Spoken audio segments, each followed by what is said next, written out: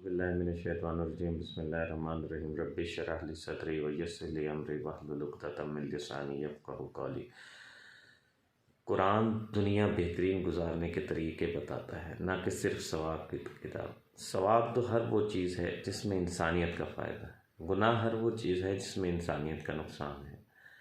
आज हम डिस्कस कर रहे हैं इस वक्त का, आजकल का हमारा सबसे बड़ा मसला। हर शख्स मुख्तलिफ़ बीमारियों की वजह से परेशान है। यानी इंटरनेट उठा के देख लो, टीवी उठा के देख लो, अखबार उठा के देख लो, कोई भी मीडियम उठा के देख लो, आपको सबसे बड़ा प्रॉब्लम, सबसे बड़ा मसला जो नज़र आएगा वो मुख्तलिफ़ बीमारियों का नज़र आएगा। और हुक्मा कराम ये कहते हैं कि बीमारियाँ 60% मैदे पे डिपेंडेंट होती हैं। मैदा जितना ठीक होगा उतना ज़्यादा आपका जिस्म सही वर्क करेगा, क्योंकि बेसिकली मैदा ही आपका स्टोमिक, जिसे मैदा कहते हैं, वही पूरे जिस्म को एनर्जी प्रोवाइड करता है, जिससे दिल भी चलता है, जिगर भी चलता है, सारी चीज़ों को एनर्जी बेसिकली वही प्रोवाइड करता है, प्रोड्यूस मैदा करता है। तो बेतहाशा हम लोगों के प्रॉब्लम्स जो हैं वो सिर्फ डाइटिंग के हैं, और इस बेजा बेवक्त और बे टाइम खुराक खाना और दिन में अपना कोई अच्छा शेड्यूल ना बनाना, लाइफस्टाइल ख़राब रखना, ये सब चीज़ें बीमारियों की वजह बनती हैं। और यही चीज़ें आजकल हर बंदा, यानी बेतहाशा इश्तिहारात उठा के देख लो। अगर शायद मैं कहूँ कि 40% तमाम इश्तिहारात में 40% इश्तिहारात, शायद आप ख़ुद भी रिसर्च करके देख लें कि 40% इश्तिहारात डाइटिंग के होंगे। कोई हकीम मशवरे दे रहा है, कोई डॉक्टर मशवरे दे रहा है, कोई मुख्तलिफ़ लोग, यानी ऐसे ऐसे लोग भी जिन्हें डाइट प्लान का लिबे भी नहीं पता, वो भी बैठे हुए मशवरे दे रहे होते हैं।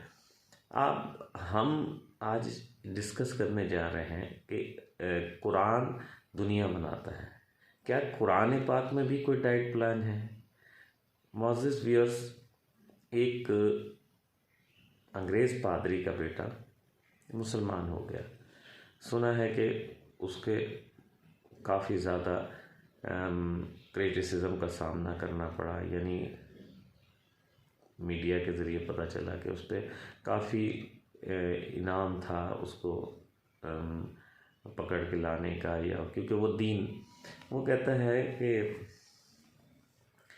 मैं जब एक जगह पे पादरी का बेटा था, तो मेरे वालिद की एक लाइब्रेरी थी। उस लाइब्रेरी में एक हिस्सा था जहाँ पे आम आदमी का जाना मना था। चूँकि मैं पादरी का बेटा था तो मैं उस हिस्से में चला गया। तो मेरे वालिद ने कहा कि अगर तू इस हिस्से में चला गया तो तू भटक जाएगा।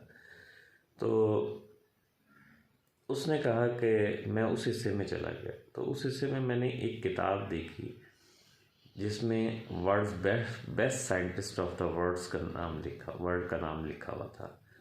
तो उसमें सबसे ऊपर जो नाम लिखा हुआ था वो था Muhammad, peace be upon him, was the greatest and best scientist of the world. कहने लगे, वो कहता है कि मैंने रिसर्च करना शुरू की कि आखिर 1400 साल पहले इतना बड़ा साइंटिस्ट गुज़रा है, उसकी कोई ना कोई रिसर्च बुक तो होगी, या उसकी कोई मुशाहिदात, उसके तजर्बात का कोई तो नुस्खा होगा। तो मुझे पता चला कि उसका नुस्खा जो है कुरान और सेइंग ऑफ होली प्रॉफिट, अहादीस हैं। तो मैंने अहादीस रिसर्च करना शुरू की। तो जब मैंने अहादीस रिसर्च करना शुरू की, तो पढ़ना शुरू की, स्टडी करना शुरू की, उन पर रिसर्च करना शुरू की। वो एक डॉक्टर था, साइंटिस्ट था। उसने कहा कि जब मैंने कुरान पाक को पढ़ना शुरू किया तो मुझे ऐसा लगा कि जैसे ये तो पूरी साइंस बुक है, ये तो डॉक्टर की किताब है। मैंने उसे रिसर्च किया, वो अब 2-4 चीज़ें बताता है, मैं वो आपके गोशगुजार करना चाहता हूँ, जो आप रिसर्च खुद भी कर सकते हैं। उसका रेफरेंस देने का मकसद ये था कि वो लोग जो हमारे कुरान पे यकीन नहीं करते, वो भी इस बात पे यकीन करते हैं कि ये बेस्ट बुक है और बेस्ट साइंटिस्ट की बुक्स हैं ये। तो ऑब्वियसली बेस्ट साइंटिस्ट की बुक क्यों नहीं होगी, वो साइंटिस्ट तो रिसर्च करता है, और ये तो बुक उसकी भेजी हुई है जो मैन्युफैक्चरर है, जिसने ये सब कुछ बनाया है। आज वो एक दो चीज़ें बताता है कि वो कहता है कि डाइजेस्टिव सिस्टम काम करने के लिए मैदे को थोड़ा सा खाली छोड़ना बेहतर है। हमारे नबी करीम सल्लल्लाहु अलैहि वसल्लम की हदीस है कि जब भूख लगे खाओ, बेहतरीन डाइट सिस्टम मैं आपको बताने जा रहा हूँ। नबी करीम सल्लल्लाहु अलैहि वसल्लम कुरान और हदीस से साबित होता है कि जब भूख लगे खाओ, और जब थोड़ी सी भूख रह जाए तो उसको खाना छोड़ दो। और ये दुनिया का बेहतरीन डाइट प्लान है। जब भूख लगे, यानी हर बंदा अब आपको कोई बताए कि जी ये लहसुन में शहद मिला के पियो, लेकिन कौन लहसुन में शहद मिला के, शहद वो नहीं मिला सकता जिसे शुगर है, वो शहद मिला के ना पिए भाई, फिर तो तेरे अज़ाए तरकीब ही गलत हो गए, तो कैसे फ़ायदा होगा। कोई कहेगा कि जी आप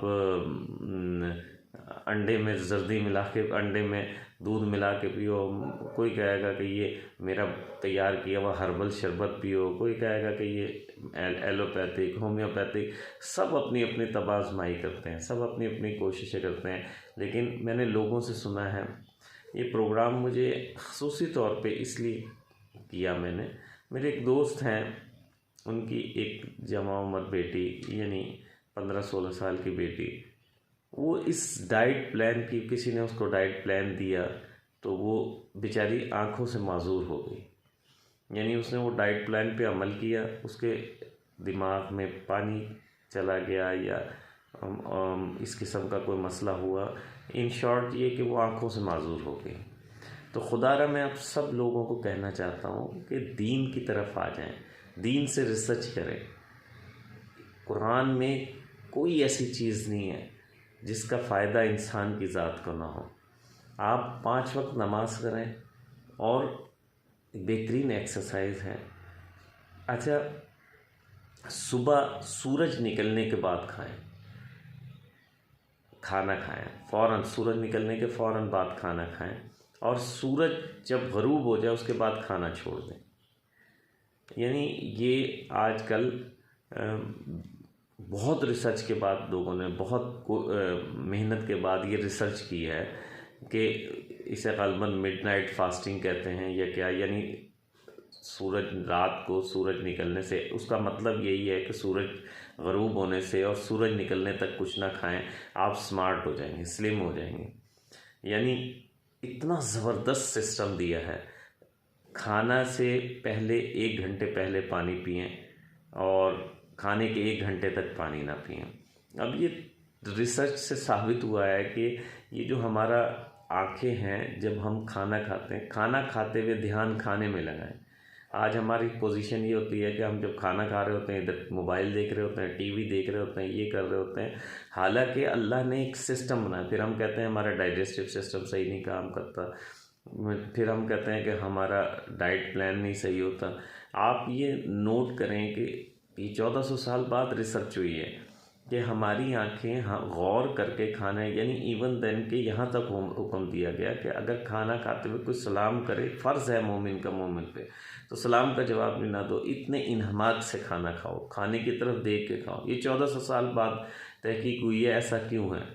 ऐसा इसलिए है कि जब हम कोई चीज़ खाते हैं, यानी एक मिसाल की बात है, गोश्त खाते हैं, एंड आजकल कोई भी चीज़ खाते हैं, सब्ज़ी खाते हैं, दाल खाते हैं, तो हमारी आंखें जब उसे देखती हैं तो वो मैदे को, जिस्म को कमांड देती हैं कि इतना लुआब दहन बनाओ। यानी ये लुआब दहन डाइजेस्टिव सिस्टम के लिए सबसे बेहतरीन चीज़ है कि इतना लुआब दहन बनाओ कि ये गोश्त इसने हज़म करना है, इसने दाल हज़म करनी है, इसने सब्ज़ी हज़म करनी है। अच्छा, सबसे आसान सब्ज़ी होती है। अच्छा, ये बहुत बड़ा टॉपिक है, इसके लिए कम से कम 2-3 प्रोग्राम तो लाजमी करने पड़ेंगे। तो ये डाइट प्लान आप ये देखें कि अब हम जब इधर उधर ध्यान लगा के खाना खाएंगे और उसमें नहीं खाएंगे तो हमें जो